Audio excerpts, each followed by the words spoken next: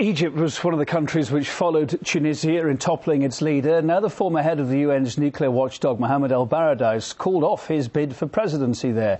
He had been seen by many as one of the front-running liberal candidates. Let's talk about this a bit further now and go live to Cairo there. Wael Eskandar, Egyptian journalist and blogger. Wael, thanks for being on RT.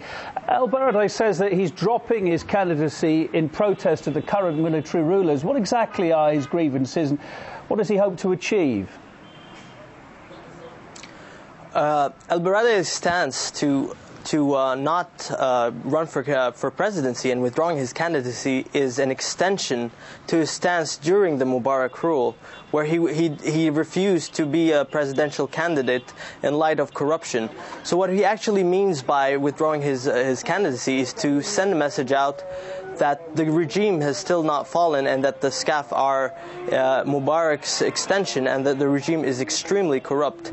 And so he hopes to bring light to the fact that nothing has changed in the regime by withdrawing his candidacy. So what is this decision going to mean now? Does it change anything? And indeed, at the end of the day, how realistic a chance did he actually have in the first place of being elected president under this current regime?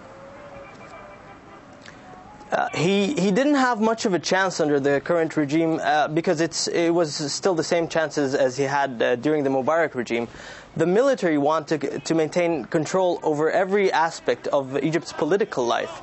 And so they will not gamble with someone like ElBaradei who will put their interests before the Egyptians.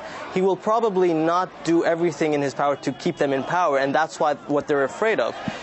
They will look for another presidential candidate that will be more willing to turn a blind eye to their crimes and their violations and to their to the way they've been ruling the country so far. So you think we're unlikely to see someone with such a liberal outlook filling that so-called liberal void? There's going to be a lot of problems in the next presidential elections, because ElBaradei was the top choice for a lot of the liberals, and right now his withdrawal puts them. The rest of the candidates are really difficult to choose from. It also really casts a lot of doubt on the legitimacy of the next presidential elections with that withdrawal because of these grave allegations. So at the moment, it's really difficult to say how the void will be filled, either in the presidential run or through the revolution on the ground. You mentioned just there about the support he had. Is this the last we'll see of him politically, do you think, or will he be back on the stage sometime soon? He was always on the stage as an opposition figure, and he was an opposition figure to Mubarak unofficially. Right now, I think what he will do is also be unofficially on a real opposition to the SCAF, which was the first.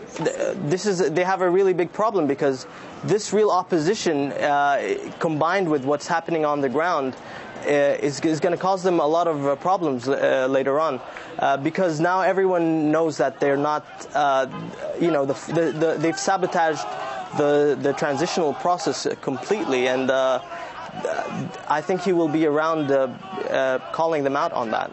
Well, we've watched for the last year how Egyptians, your fellow countrymen, ousted Mubarak, but are still finding it harder to bring about any real meaningful change. How much determination is there among people there to see that that still happens, that change, real change, comes about? It's difficult to say when real change will happen, but at the same time when SCAF are subverting protests and media, people are spreading their brutality all over the country. There's a campaign called Kazibun, which means liars, which shows how the military are lying actually about their everything they've said so far and their brutality against Egyptians. So there has been more dissent in 1 year against the military than Mubarak has garnered over 30 years. So there's a lot of work to be done for people to topple them, but at the same time, more people are working to do that. Thanks for your thoughts, Wael Eskandar, Egyptian journalist and blogger, on the line tonight from Cairo.